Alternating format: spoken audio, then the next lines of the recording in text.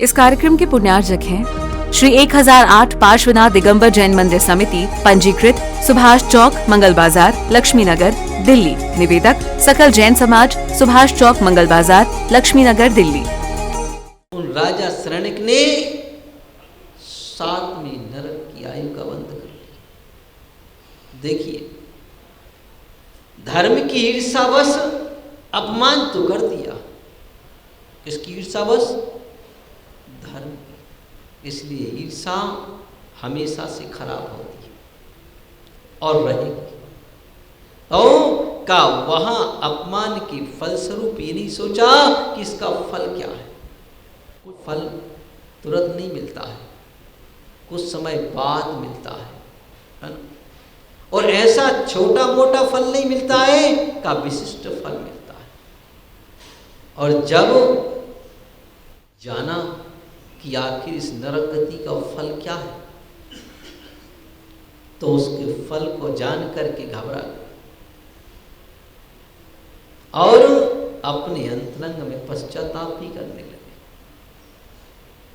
कब है पश्चाताप ने कुछ परिवर्तन भी कर दिया। कहा कि 7 में से उठाकर पहले में रख दिया।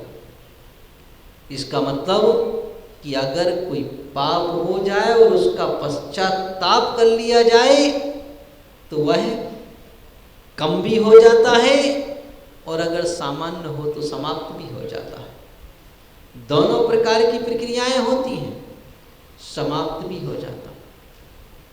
तो इसलिए जिनागम में प्रायश्चित आदि की विधि का और व्यवस्था इसलिए बनाई गई है कि ये सब इन कार्यों से होता है। तो अब देखिए, यहाँ पर उन राजा शरणिक का कि उनके पुत्र बारीसेन थे। किनके? राजा शरणिक के और रानी चेलना के, जो कि बड़े धर्मात्मा थे और धर्म की रुचि इतनी थी कि सामायिक करने के लिए शमशान में जाते थे। पर्व के दिन आ जाए तो उन दिनों में सारी रात शमशान में व्यतीत करते थे। शमशान में क्यों? क्योंकि शमशान में एकदम वातावरण शांत रहता है, बिल्कुल क्लीन। वैसे भी लोग शमशान में जाने से डरते, जबकि वहाँ होता कुछ नहीं है, तो कुछ भी नहीं, लेकिन एक भय लगा रहता है, डर लगा रहता है। और ये शमशान है ना? वहाँ पर अरे भाई, जब जिंदा आदमी तुम्हारा कुछ ना कर सके तो मुर्दा क्या कर लेगा? वहाँ तो केवल मुर्दा को जलाया गया है, नष्ट किया गया है, लेकिन भयभीत बहुत रहते हैं शमशान से कि शमशान है, जबकि वहाँ है कुछ नहीं।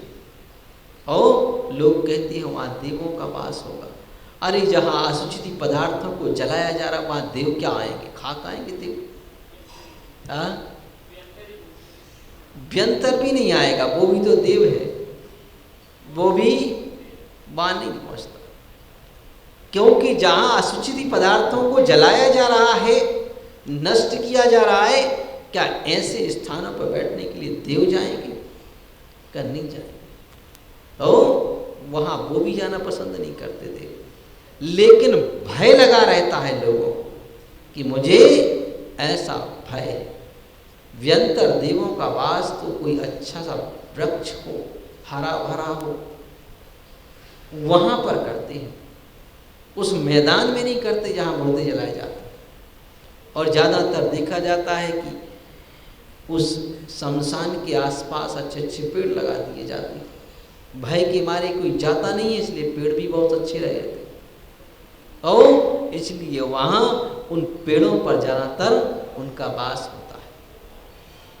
तो वहाँ शमशान में वह बारीसेन एक दिन सामायिक कर रही थी, और सामायिक करते समय का उसी समय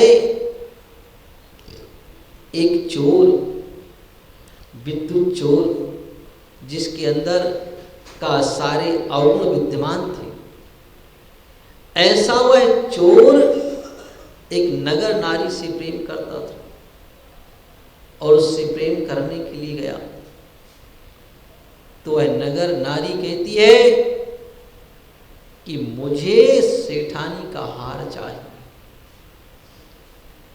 और वो लाके दो तो ही काम बने।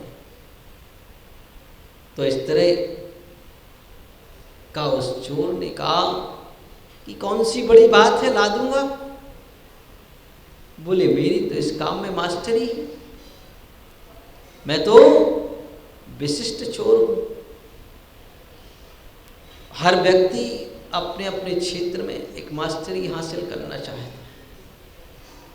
चोर भी अपने क्षेत्र में मास्टरी हासिल करना चाहता है, बदमाश भी अपने क्षेत्र में मास्टरी हासिल करना चाहते हो, फिर अपना वह नाम बताते हैं कि मैं इतना बड़ा बदमाश हूँ, है ना। हाँ, एक बार अहमदाबाद में थे, एक व्यक्ति का अपमान करना था तो वह क्या कहता है, वो जिसको अपमान करना था वो छोटा था, जिसका करना था वह बड़ा था। बोले इनको कैसा कहें, ये बदमाश है, इनको कैसे कहें कि ये बदमाश है। तो वो हमारे पास बैठा था, उसने कहा महाराज जब हम ऐसे अहमदाबाद में आए तो मुझे ये समझता था कि मैं सबसे बड़ा बदमाश हूँ। कहाँ का? यहाँ इस मोहल्ले का सबसे बड़ा बदमाश मैं ही हूँ, है ना। मुझसे बड़ा बदमाश, मुझसे बड़ा बेईमान कोई नहीं है, मुझे ऐसा मतलब अहंकार था। लेकिन जब हम बोले इनसे मिले, पड़ोस वाले को उंगली दिखा के, तो बोले ये हमारे बड़े भैया निकले। हमने कहा तुमने भी एक अच्छा तरीका अपनाया, है ना, सीधा सीधा ना कह के घुमा फिरा करके कह दिया। तो का हर व्यक्ति अपने अपने क्षेत्र में एक मास्टरी करना चाहता है ना।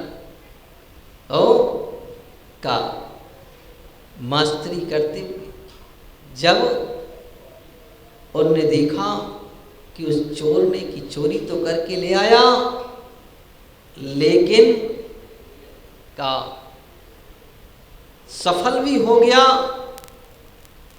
लेकिन उन हीरो की चमक, आज तो शायद वो हीरे नहीं मिलते जिनमें इतनी चमक हो कि कपड़े के अंदर से भी जिनका प्रकाश निकले। हो सकता है तीर्थंकर भगवान उस समय विद्यमान थे तो उनके वहाँ जो रत्न देवों ने बरसाए वही रत्न हो, इसलिए उनकी चमक इतनी ज़्यादा रहती। तो उस चमक को देख करके और का वह पकड़ा गया। कोतवालों ने पीछा कर लिया, वह भी भागा कि अब तो पकड़े जाएंगे तो फांसी दीदा हो जाए। तो भागते भागते नगर के बाहर शमशान में पहुंचा, पीछे से कोतवाल भी थे। उसने उस शमशान में वह हीरो की पोटली, उस हार की पोटली जिसमें हीरे लगे हुए थे, वह वारिसैन के सामने रख दी, जो कि एक गृहस्थ थे, मुनिराज नहीं थे, गृहस्थ थे, उनके सामने रख दी और भाग गया।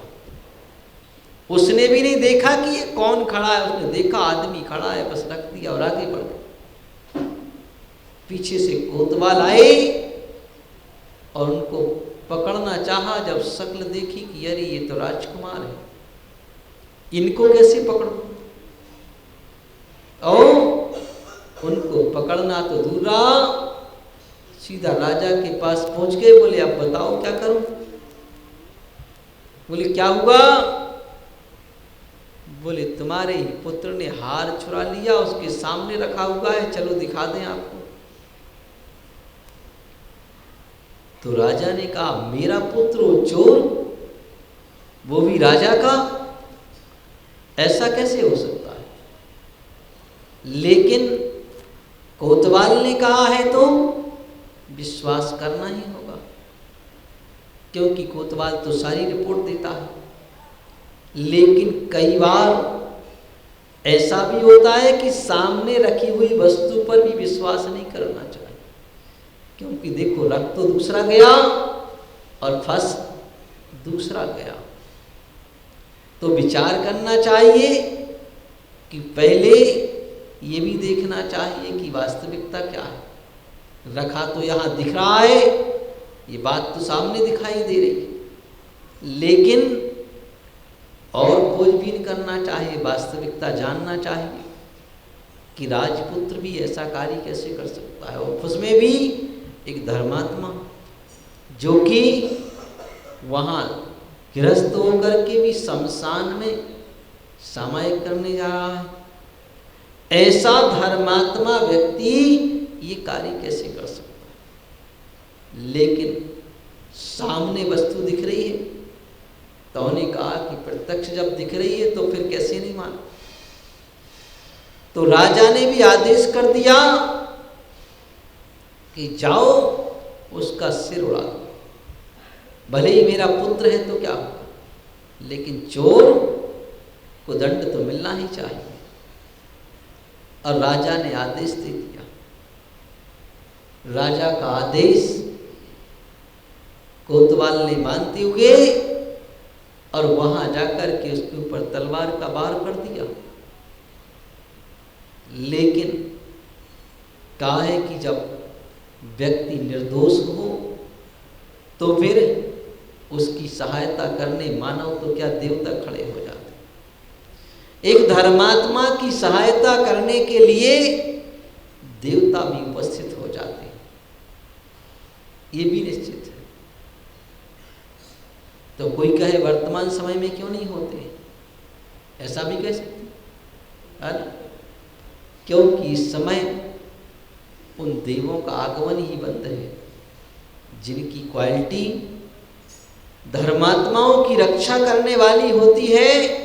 उस क्वालिटी के देवों का आगमन ही बंद है, क्योंकि इस काल में उन सब का निषेध करते कि वो उच्च क्वालिटी के जीव इस समय यहाँ पर इस धरा पर नहीं आए। कब से नहीं आएंगे? जब से यहाँ पंचम काल लग गया, तब से औने का इस क्षेत्र में क्या जाना जहाँ धर्म ही व्यवस्थित तरीके से नहीं बचा है। तो उस समय का उनके ऊपर उन्हें वार कर दिया, तो वह तलवार जो थी वह फूलों की माला बन गई। कोतवाल भी देख करके आश्चर्यचकित रह गया।